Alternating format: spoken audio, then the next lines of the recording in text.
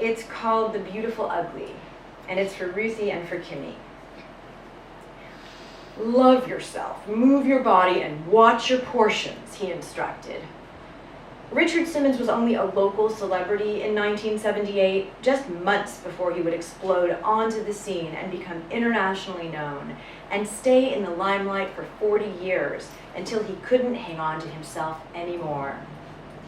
We were 10 leotarded 11th graders dancing to the beat of Macho Man during a private class in his exercise studio. It was the Sweet 16 of my oldest friend, Ruthie. Her calligraphy invitation read, "Come join me in Beverly Hills for a workout at Anatomy Asylum and for salads at Roughage." This was a complete departure from the usual lavish luncheons for such an occasion, wealth displays that defined the bourgeoisie of the West Valley. Ruthie and I lived around the corner from each other since 6 months old. We were thrown together by our mothers out of convenience. We weren't anything alike, which made us more like sisters. Our alliance was cemented at age 5 when we nearly drowned together in my family pool. No one was watching when we traveled from the shallow end to the deep end and sunk. Her father, a non-swimmer, looked up and realized he couldn't see us. He jumped in and saved our lives. She was and still is my most well-adjusted friend. In high school, she got an A in health, was a member of World for Women Fitness Center, and ate half a grapefruit a day. She knew early on how to take care of herself from the inside out. She remains my compass and my anchor. The ideal beauty of the era was slender and tan with big boobs and long flowing hair, preferably blonde. I was a synagogue girl. Pale, flat, and chubby. I hated exercising.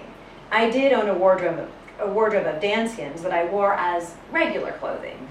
Danskins are not just for dancing. I favored their wraparound skirt, had one in every color. In 1970, the average age a girl started dieting was 14. I was the queen of the crash.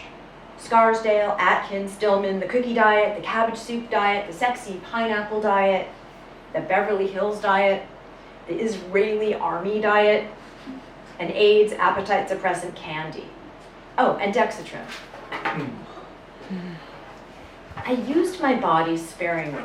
In gym class at Birmingham High when I wasn't busy faking an injury, and the night I got naked and underneath a 20-year-old man, losing my virginity in the name of true love, only to find out it was a one-off.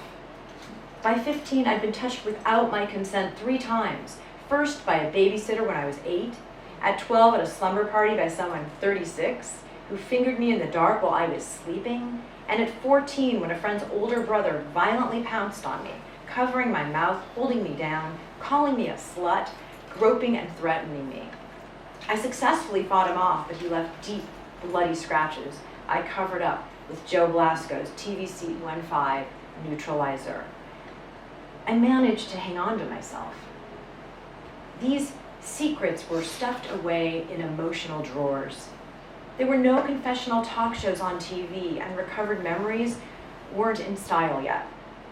Mom listened to Dr. Tony Grant on KABC constantly, and though I was tempted to phone in my laundry list and ask her for help, she seemed anti-feminist to me. It was different than it is now. Kids weren't given clear-cut skills to use in the event of a transgression. People got away with all kinds of things without ever getting caught. My body felt like a vandalized temple. I learned to wear weight as a shield, was a master of camouflage. Thanksgiving is this Thursday, Richard Simmons warned us. You know what that means. Everyone gains 5 pounds, and that means you. You know you're gonna overeat. You must try extra hard today, he said, pointing at me, even though I was positioned at the back of the room, hoping to disappear into the wallpaper like a Francesca Woodman self-portrait. I was mortified at being seen in tights and a leotard in front of my friends. Sprawled out next to me was Kimmy, a natural at warm-ups, stretches, and dance routines. Her mom had been teaching calisthenics in their living room with no mirrors since her parents' divorce. Kimmy was my bright angel. We became inseparable in 4th grade when I lured her into collaborating with me on a publication I was creating. It was a mixture of my dad's 2 mainstay magazines, Playboy and Sports Illustrated. I called it Sex Illustrated. And together we draw unclothed stick figures with exaggerated body parts in compromising positions. Once we'd found each other, me and Kimmy, we would never let go. She was a combination platter of Farrah, Brigitte, and Olivia Newton-John. She lived on figurines, those crunchy diet bars. She was 75 pounds and swore by nice and easy, with impossible blue eyes, narrow hips, and enormous tits, real ones. But she never felt like she was enough. The girls at school thought she was conceited and kept their distance. They didn't realize she was shy and insecure. It was hard for anyone to grasp that someone who looked like she did could be plagued with self-doubt. I didn't fit in anywhere either, and she gave me a place to fill in. It was her breathlessness, her open heart, and her willingness to connect that drew me to her. There was nothing like belonging. Richard Simmons, in his black unitard, was sizing up Kimmy like she was the only girl in the room. After class, we gathered at the Refuge Salad Bar, but Richard Simmons grabbed Kimmy and dragged her away from the party to a woman with frosted hair and a fake-looking face who'd been waiting to meet her. She wasn't wearing a dance skin. The 3 of them huddled together for 15 minutes. I was about to get in line for seconds when Kimmy returned, blushing and frazzled. "I was just invited to pose for Playboy," she blurted out. "That lady I've been talking with is their photo editor. She's on the Great Playmate Hunt, scouting nationwide for a centerfold for their 25th anniversary issue. She thinks I'm it. Playmate of the Year. I don't know what she sees in me." Ruthie's mom announced that it was time to open presents. She brought a Hanson's birthday cake, but everyone was too embarrassed to eat it in front of Richard Simmons, so she decided to leave it in the car. Someone gave Ruthie an oversized satin pillow in the shape of a Babe Ruth candy bar. It got tossed around Roughage like a volleyball, and within minutes was in shreds. "So, are you going to spread your legs for Playboy?" I asked Kimmy. "It's tempting," she said. "They offered me thousands of dollars." I told her, "I'm only 16.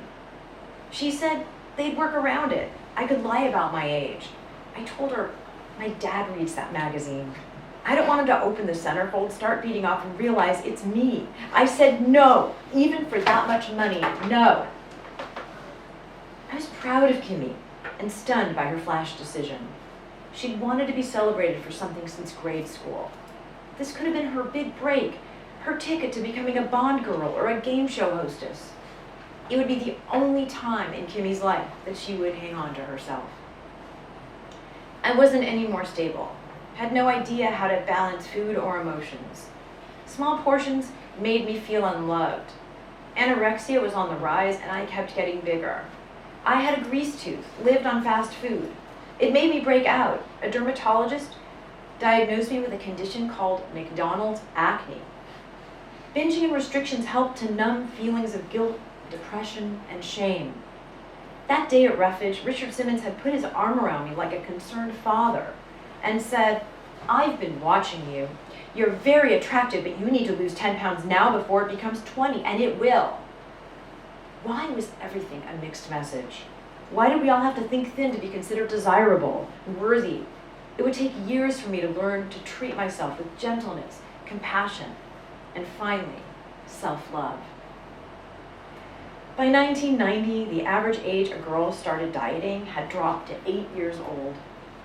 Kimmy managed to stay skinny her whole life. She never did pose for Playboy.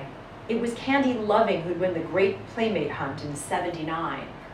But Dorothy Stratton would become Playboy's shiniest star, pegged as the next Marilyn Monroe, appearing in their August issue and as Playmate of the Year in 1980.